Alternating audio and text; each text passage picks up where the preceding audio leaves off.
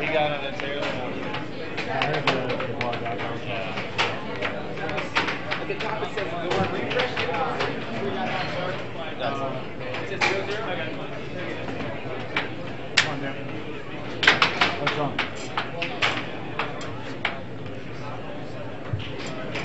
All right.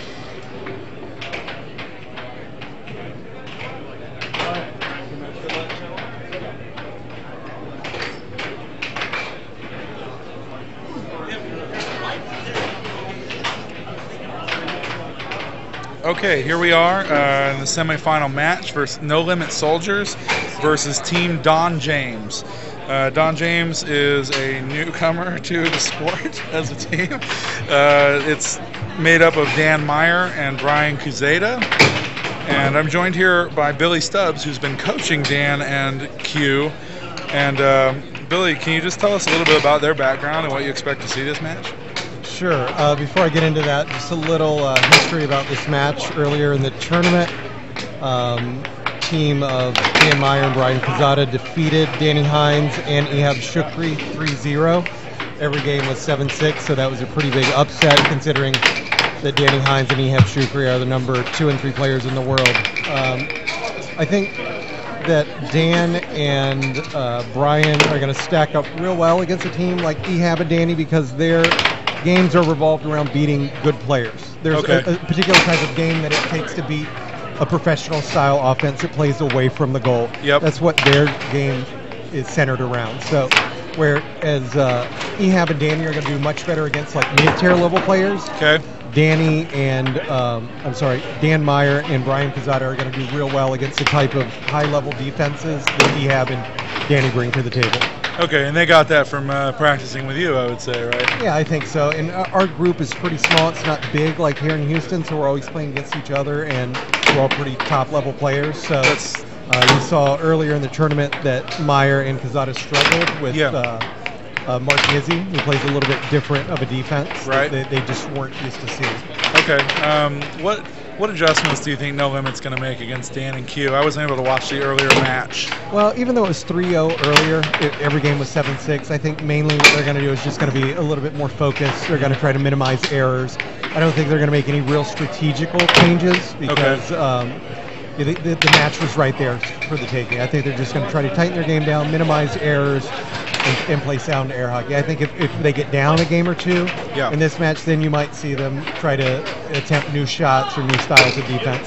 I think at this point they feel like they're just going to be able to go out there, play their games well, and win the match. Absolutely. I think that's the type of adjustment or non-adjustment that master level players make that pro level players and below don't really understand.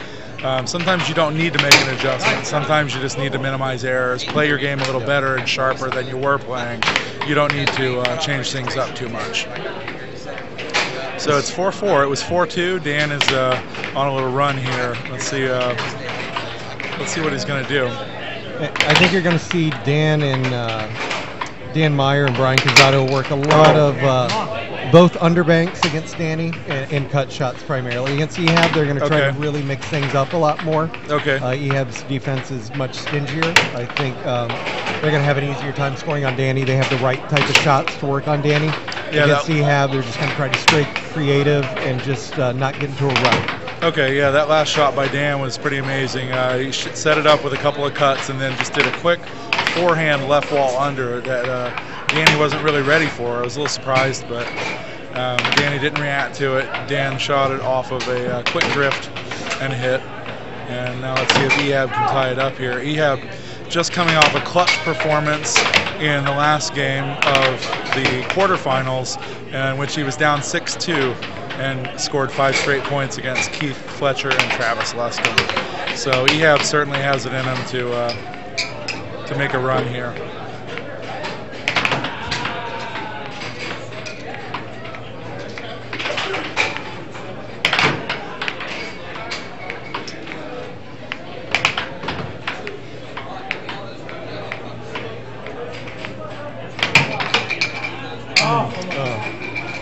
Good attempt by Dan to make the save of a fluttering puck. Just went out to the table on the right. Ehab's possession. He got the shot right past Ehab, and Beautiful left wall under there. Yeah, Just Ehab right. takes advantage of the chaos a little bit and just a tight shot.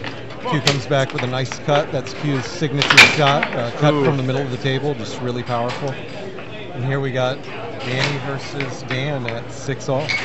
Dan's got the puck. Let's see.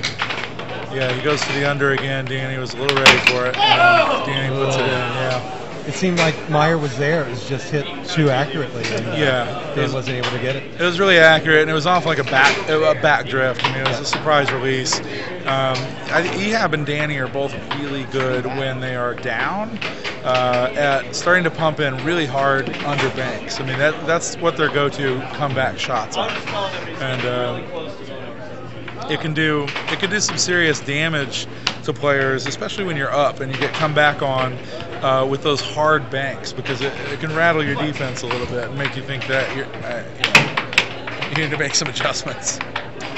And we're going right back into it. I think this is a small strategical mistake on Danny Hynes and Ehab Shoukry's part. I think definitely Meyer and Quezada are the better conditioned players in this match. If I was Hynes, I would like to take my 2 full minutes between every game. Okay. Here.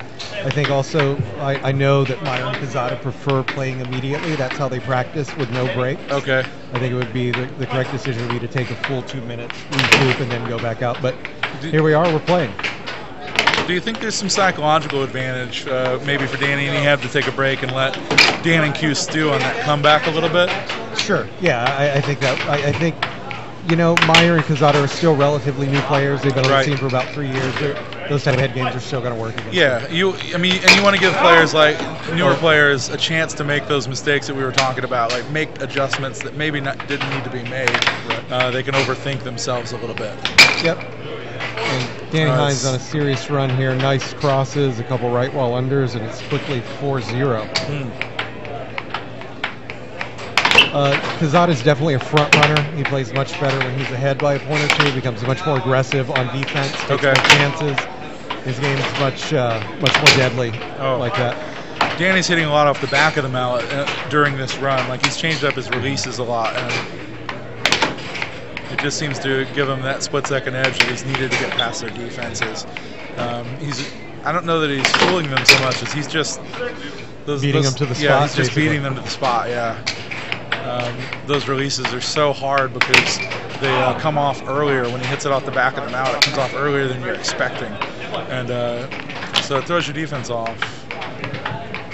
And now at this point, Quezada and Meyer are basically trying to save face, build up a little momentum for game 3.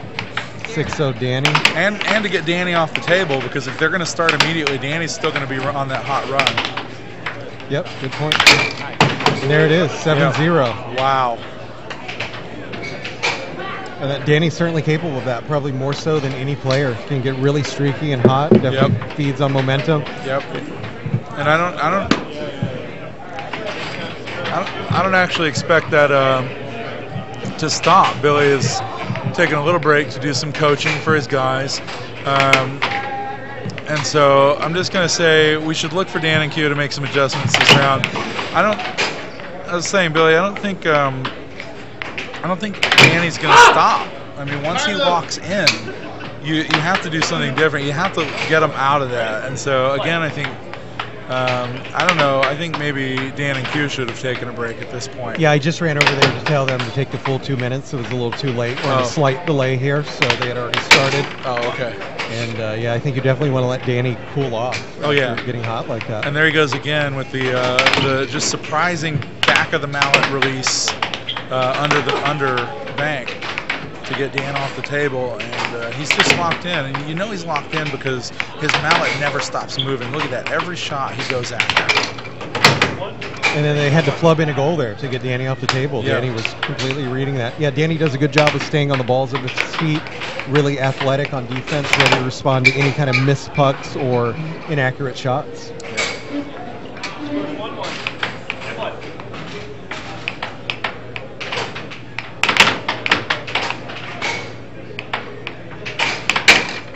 So the winner of this match will advance to the finals to play Nizzy and Davis Wynn, who are in the winner's bracket. Yep. Loser of this match finishes third. Mark Nizzy and Davis Wynn have won a doubles title together, correct? I think they've won at least 2, maybe 3. They won the double title in Vegas earlier this year, Okay. defeating the No Limit Soldiers in the finals. Yeah, they're an experienced team. They came in seeded second, and the score is now 3-2, No Limit. Danny's back on the table against Q, who got him off last time, so we'll see if Q can build on that. And there's again that back of the mallet, right wall under from Danny that Q just didn't react to. Yeah, I would have to say that Danny's probably the best in the world at that shot, from a right wall under off the back of his mallet at the line, slightly left of center. Probably one of the most difficult shots in air hockey, and Danny, I think, is a complete level above anybody else of hitting it. They don't really get to see that shot in practice. Oh yeah. Unless you're playing Danny, you're not going to see it from anybody.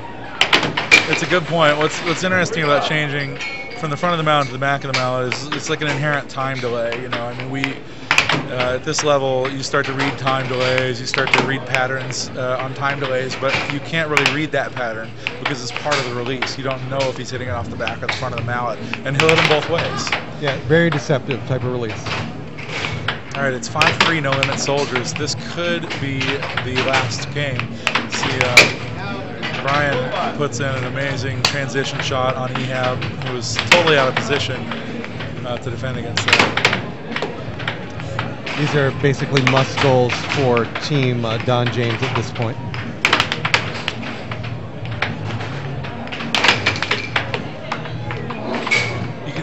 Sometimes you can see Danny getting a little overly aggressive, and he starts to lose puck control. He'll do the flubbing and stuff like you just saw. But he did get it back and score at 6-4. It's match point 4 now. No Limit Soldiers trying to 3-0 the team that knocked them out 3-0 earlier in the tournament. So Dan's got an uphill battle here. Would you say, there we go. Danny puts it in. Doesn't need the bank that time. Scores a little cross straight, and they are going to the finals to face the Sith, where No Limit Soldiers will have to win 2 sets, and the Sith only need to win 1 to take home this 2012 UNAP World Championship doubles title. We'll be back for the finals.